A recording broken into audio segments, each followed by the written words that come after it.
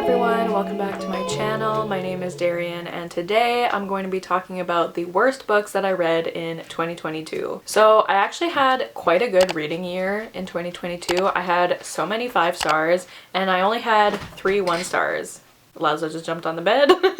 But yeah, I only had 3 1 stars, which honestly for me, I think that's pretty good. But there definitely were plenty of books that disappointed me and that I just flat out did not like at all. So today we're going to be talking about my least favorite books that I read last year. Also, obviously everyone says this at the beginning of their worst books of the year video. If you like this book, this is not an attack on your opinion, blah blah blah blah blah. Like, I feel like by now we should all know this. If I didn't like your least favorite book, you know, it's whatever, like who cares?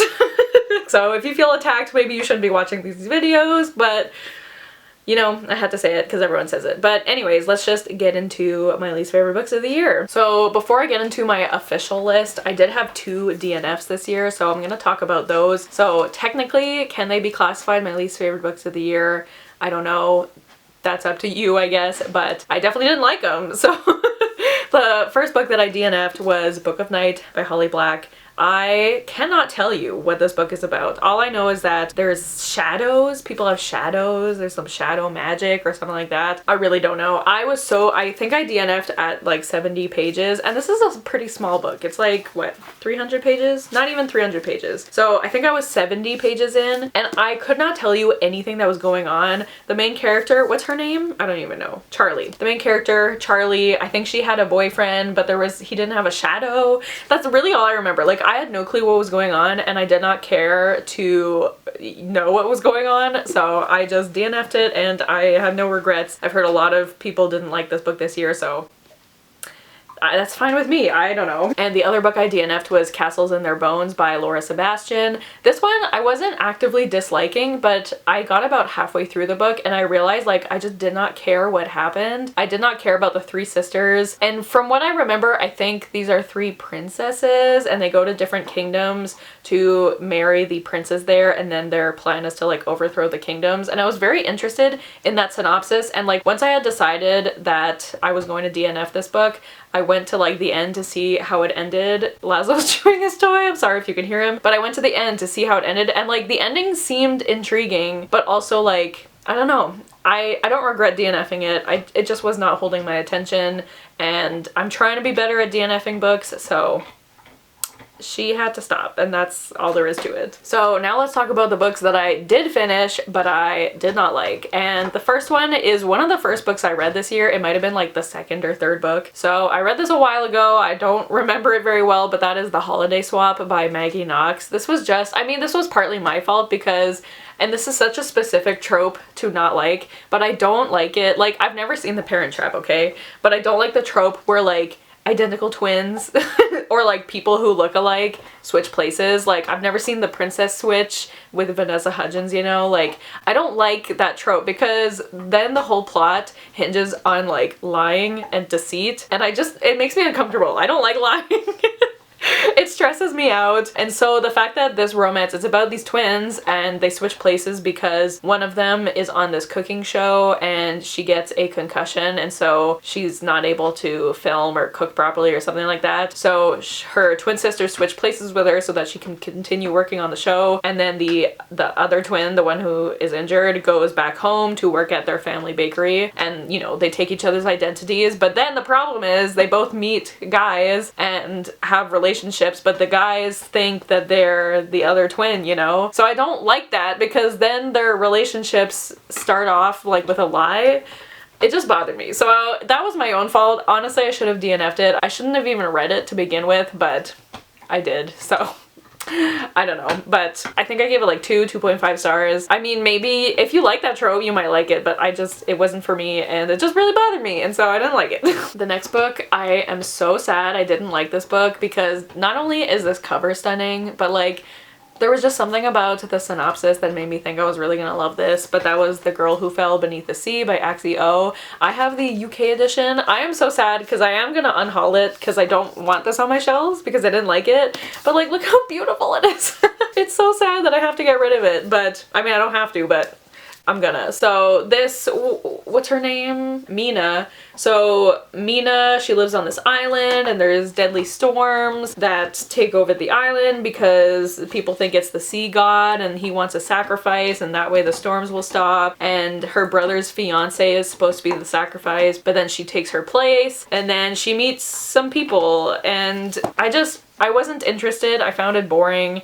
And there is one trope in this that I actually do like a lot, but I didn't like how it was done in the book. I thought it was very rushed. This whole book just felt very rushed because it would go from scene to scene very quickly. Like 1 second Mina would be fighting and then she'd get knocked out and then literally the next sentence would be like, oh, she awoke a few hours later. And I was like, wait, what? Like, where are we? So I don't know. I didn't like it. It really disappointed me and I'm really sad because it's so pretty, but what are you gonna do? Next, I'm gonna put these two books together, but no one is surprised to see these on my worst books of the year list, but that is The Bane Chronicles and The Tales from the Shadowhunter Academy by Cassandra Clare and some other authors. These we read for the Shadowhunters read-along that I'm doing with my friends Lisa and Casey. We are a year into this read-along. I'm very proud that we've lasted this long. I honestly wasn't sure we would, but we're doing it. So we had to read the short story collections apparently, and if you don't know, I am a anti short story collections from within like a series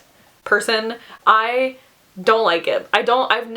First of all, I don't know if I like short stories in general, but especially short story collections that are part of already existing series. I don't like it. I could go on a whole rant about them, but the main reason is just because I always feel like they're so unnecessary. If you put important information in these short story collections, just put them in the book. Like, just put them in the book.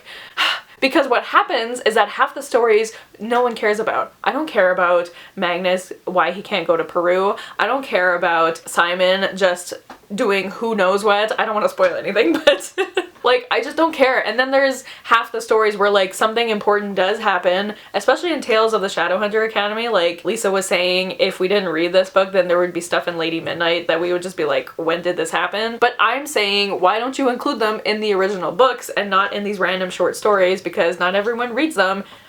Like me, I don't want to read them. Anyways, so half the stories in these collections I really didn't like. There were a few that I actually really did enjoy. Specifically the last story in each collection I actually really liked, and I wish those had been in the other books and not in this short story collection that I had to slog through because I didn't care about most of the stories. I'm getting all upset, but yeah, so I didn't like them. Thankfully, we only have one more short story collection to read for this read-along, but I'm not looking forward to it. Lisa thinks I'm gonna like it more, but I don't know about that, so we'll see. But yeah, I do not like them. Next, we have a book that I read very recently, and I can link the vlog where I read this book because I went on quite a rant about this book, so I'm gonna try to tone it down a bit. But I'm so upset that I didn't like this. But that book is Love Light Farms by B.K. Borison. Now, this book started off so well. It was giving me what I wanted it to give, like Christmassy vibes. It takes place on a Christmas tree farm, and this woman who owns the Christmas tree farm, she is like running out of money, and she did not tell her partners that she was running out of money, and so she enters like this contest where this influencer is going to come and showcase the farm on her social media, and whoever wins like gets this cash prize, and she thinks it'll help save the farm, and also like the publicity that this influencer coming to the farm will also attract attention. Did that sentence make any sense? I don't know. But anyways, that's basically the plot. But when she enters the contest, she mentions that she owns this farm with her boyfriend, who does not exist. She doesn't have a boyfriend, and she thinks that that will help her win because, you know, romance and such. So she enlists her best friend that she's been in love with for 10 years to pretend to be her boyfriend. So when I started this book, I was like, ooh, there's gonna be fake dating.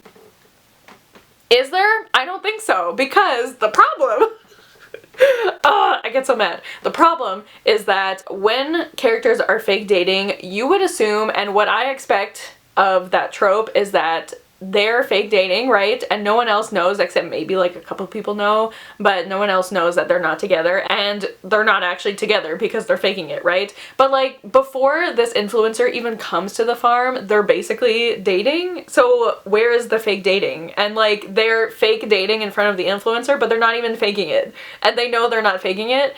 And The third act conflict of this book is probably the stupidest third act conflict I've ever read in a romance. I can't. This main character, she's so stupid. It was so stupid and it made me so angry, and I don't know how the love interest was still interested in her after this conflict that they had.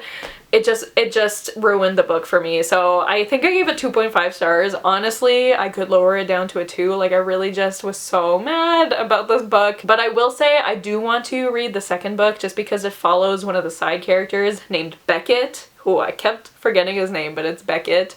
And I really liked him. He's a grumpy boy. So I will be reading the second book. Hopefully it's better than this one, because I was so upset reading this book. So yeah, it really just disappointed me, and I can't. I don't want to think about it anymore.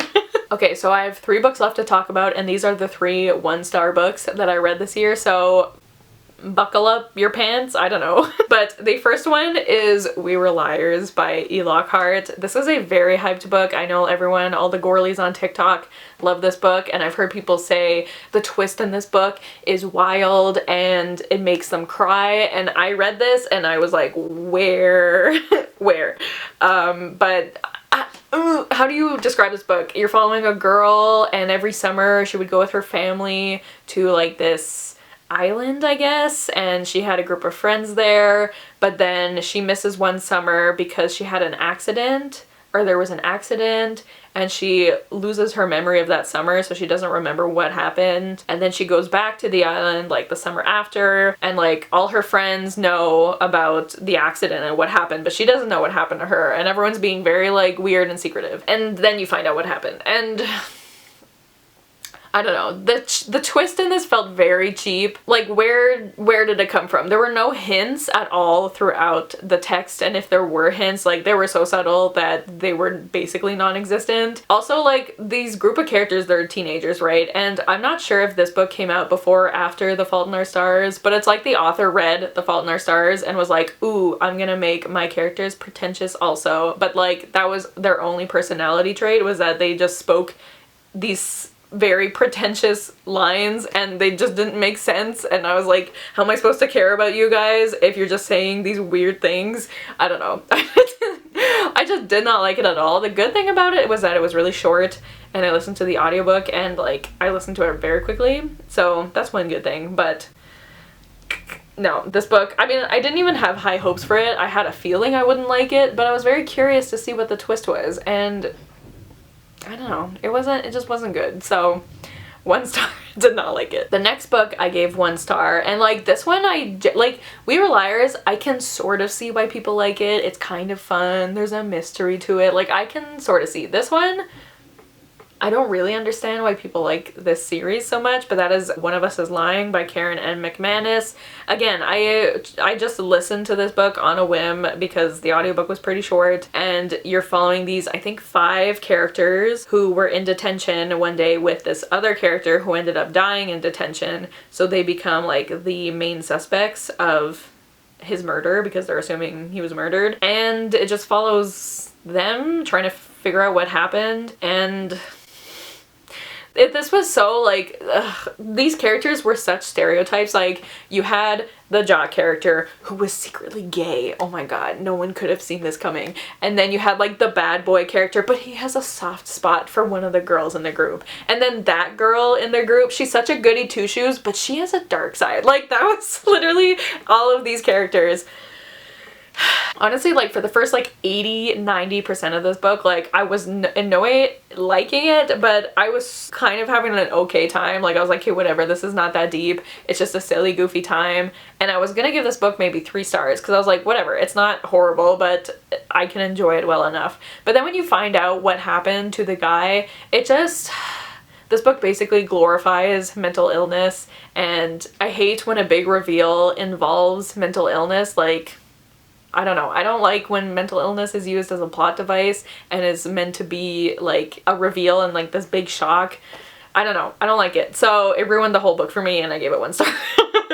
And the ending honestly like made me slightly interested in the second book, but I'm not gonna read it because I don't care. I don't like what the author did with the reveal in this book. It really bothered me, so 1 star.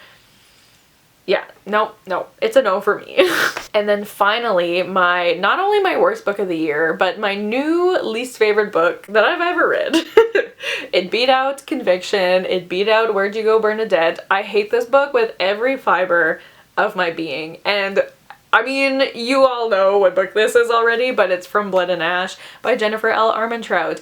I hated this book so much, and this one, again, I genuinely, now if you like this book, like, I'm not judging you, okay? I don't want to make it sound like I'm judging you, but I also just don't understand how people like this book. And you're following this girl named Poppy, who is the most annoying character I've ever read, and I had the misfortune of being in her head for this entire book, which is way too long. I think the physical book is like 600 pages. I listened to the audiobook.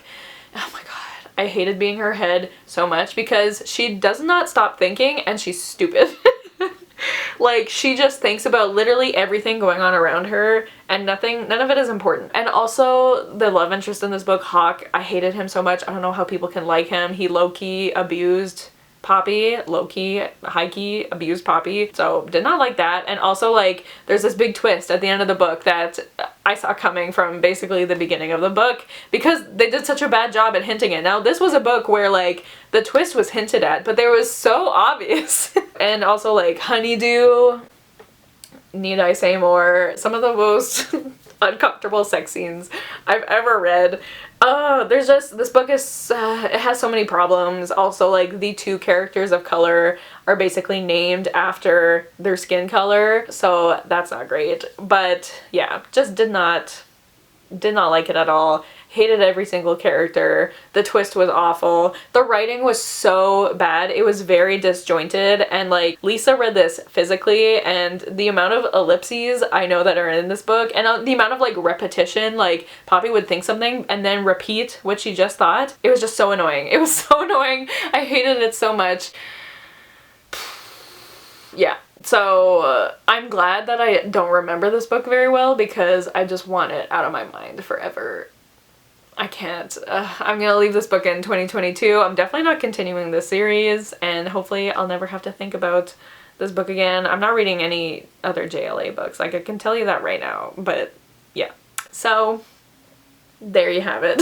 So those are my worst books of 2022. Let me know if you agree with any of these picks, or if any of these are like your favorite books ever. I know a lot of people love From Blood and Ash. I don't understand why, but I respect you, and that's all that matters. But yeah, thank you guys so much for watching. Don't forget to like, comment, and subscribe, and I'll see you guys soon with another video soon. Bye!